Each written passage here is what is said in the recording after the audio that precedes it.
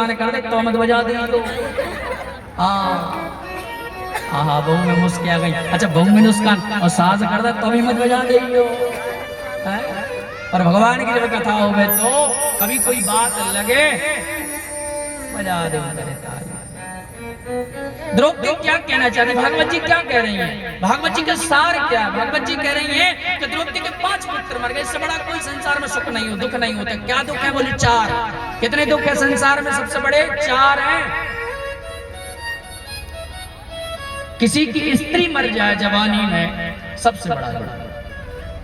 किसी की जायदाद बिक जाए, प्रॉपर्टी बिक जाए, सबसे बड़ा दुख। किसी का पुत्र मर जाए, सबसे बड़ा दुख। और किसी का महाराज भैया मर जाए, सबसे बड़ा दुख। और इतने बड़े दुख में अपन तो महाराज बोल भी नहीं पाएंगे। द्रौपदी से पूछा, दुश्मन सामने खड़ा, बोलो। बोली मत मारो इससे। और एक बात और बताएं, द्रौपदी ने, सबने तो कहा मारो मारो, लेकिन द्रौपदी ने आते ही प्रणाम किया। क्या? बोले गुरु का बेटा गुरु है, हारिए ना हिम्मत विसारिए ना राम। धर्म को प्रणाम किया। भगवान देख रहे हैं। कहा बेटी तू दयावान है, दया की सरोवर है, दया की पात्र है द्रौपदी। अच्छा हम लोग द्रौपदी तो बनना चाहते हैं, पर द्रौपदी के अंदर जो गुण है वो नहीं लेना चाहते।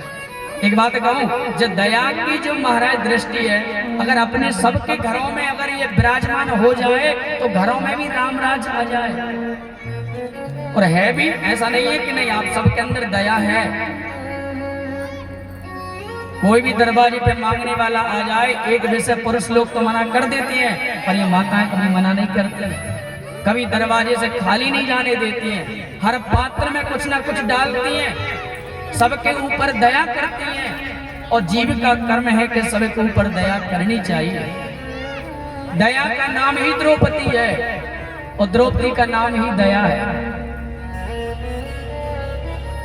बोले इसने तो क्षमा कर दिया, तो भगवान ने कहा मारो भी मत, छोड़ो भी मत। आधे सर के बाल मुंड करके और मणि निकाल के धक्का दे करके भगा दिया। बोले ब्राह्मण के लिए हरी सभा में अपमान वध के समान है।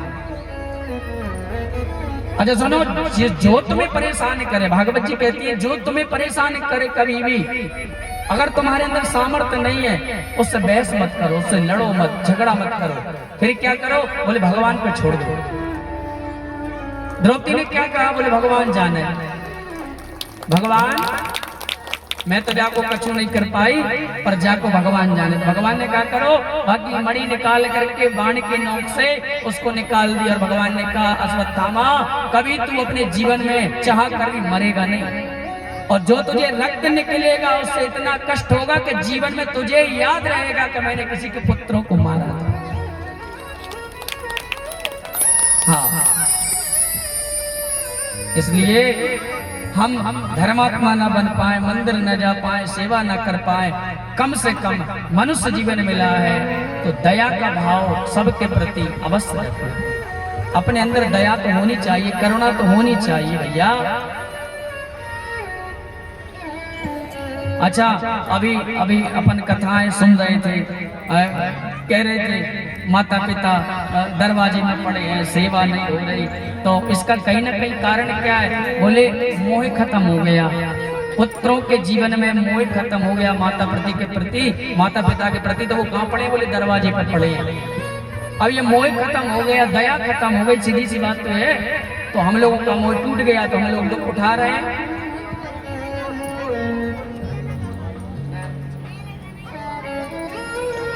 बोले गुरुजी मैंने सारी संपत्ति जायदाद लगा दी जब मोड़ा है पढ़ावे में, और जा दिन से जाको ब्याह हो, बा दिन से मुझसे मोह नहीं बोले हैं। क्यों नहीं बोले? वो बाकी अंदर की काम मर गई है, उसके अंदर की दया मर गई। वो पढ़े लिखो किताब है, पर भाई तुमने दया को स्वरूप नहीं पढ़ा। हरे कमा कमा के गई उमरिया, जिन लड़कन के लाने, और पेई बाप मताई रो रहे दो रोटी के लाने।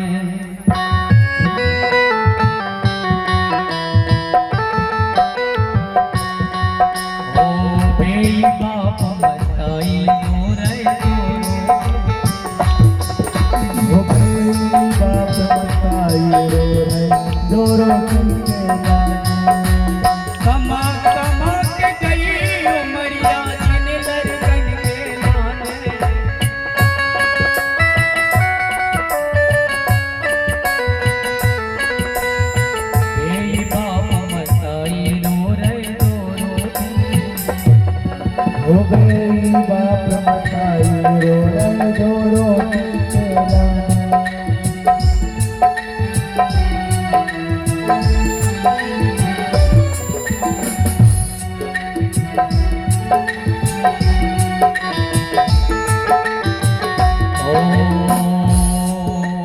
करी करी के मेहनत मजूरी इतनो बड़ो बनाओ।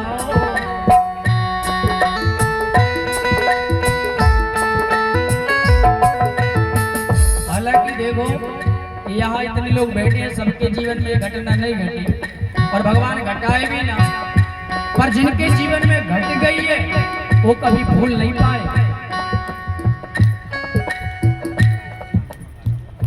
मैंने मजूरी करी, तसला डाली, सब किया, बेटों को पढ़ाया, पर आज मैं कहाँ पढ़ा हूँ? पुलिस पौर में पढ़ा हूँ। और बेई बाप मथाई रो रहे दो रोटी केला। इसका सारांश भागवत जी कहते हैं उनके अंदर की दया मर गई। हाँ, दया समाप्त हो गई। अश्वत्थामा को छोड़ दिया। भगवान ने वहां से जाने का मन किया, भैया मैं जा रहा हूं। भगवान आज जाने लगे, विदा होने लगे, लेकिन कुंती बुआ ने कहा भगवान जब आप जाने की कहते हो तो मेरे शरीर से प्राण से निकलने लगते हैं, मानो मेरे प्राण निकल रहे हो हैं। भगवान का जाने का मन हुआ और उसी समय अश्वत्थामा ने महाराज को ना फिर पाप कर दिया। उत्तरा के गर्भ में एक पुत्र था, उसको लगा कि इसको भी मार दो। पाये पाये महायोगी देवी देव जगतपते नान्यम तद्वयं पश्ये यत्रा मृत्यो परस्परम्। भगवान रथ में बैठ गए, भगवान जा रहे हैं। उत्तरा को भगवान ने एक क्षण देखा कि उत्तरा दौड़ करके मेरे पास चली आ रही है, साड़ी को पकड़ करके। क्यों? बोले ब्रह्मास्त्र की वेदना हो रही थी, कष्ट हो रहा था। उसने भगवान से कहा प्रभु मेरे तो प्राण निकलने वाले और आप जा रहे हैं। आहा,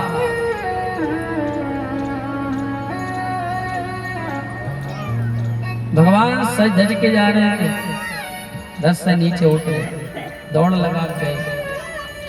वहां हालचाल नहीं पूछा, अंगूठे के जैसा स्वरूप बनाया, भगवान गर्भ में प्रवेश कर गए। प्रेम से बोलो, गर्भवासा समन दुखम भूतो नाम भविष्यति। जहाँ कोई जाना नहीं चाहता भगवान चले गए और उत्तरा से कहा तू मेरी माँ बन जा, मैं तेरा पुत्र बन जाऊं। और मातृ भाव में लाई उत्तरा भगवान गर्भ में गए। उस ब्रह्मास्त्र से भगवान ने रक्षा करी, सुरक्षा कवच से बालक को बचाया, ढक लिया। कृपा की न होती जो आदतें तुम्हारी तो सोनी ही रहती अदालतें तुम्हारी। हम यहाँ पढ़े भैया, हम यहाँ बैठे, हम यहाँ सो रहे हैं, हम यहाँ खा रहे हैं, और बड़े बड़े महा संत जन तपस्वी जन जंगलों में बैठे हैं। बोले मौसम आ गया ठंड का, एक भी कपड़ा उनके शरीर पर नहीं है, एक लंगोट धारण करके रात्रि में 4 बजे भजन करते हैं। उनकी रक्षा कौन करता है? थोड़ा जमकर बोलो, भगवान है। और 4 बजे रात के अपन अगर बैठ जाओ बिना कपड़ों के, महाराज उतने कपड़े पहन करके ठंड में तो अपनी रक्षा फिर। बोले गुरु जी असंभव, अब अभी शंका तो है, पर कोई ना कोई तो बैठा है। मान लो स्नान ध्यान करके हमने अपने तौलिया लपेट करके बढ़िया धोती पहन करके हम बैठ गए भजन करने,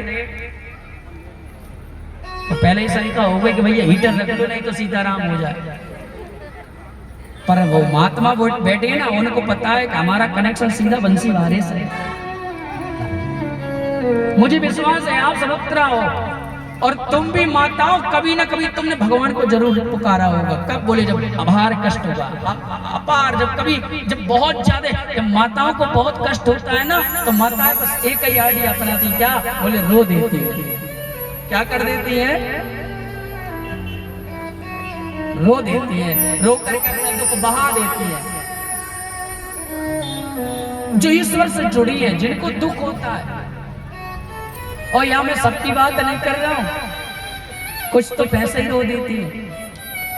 4-5 जनी नौकावनो कर रही हूँ, एक 4-5 साल की 8 साल की मोड़ी से कह बेटी पानी ली, वो पानी ले आए तो वाह जा दिन रह जाएगी, बाद दिन पतो पड़ेगा और रो लगी। अब कब जाएगा?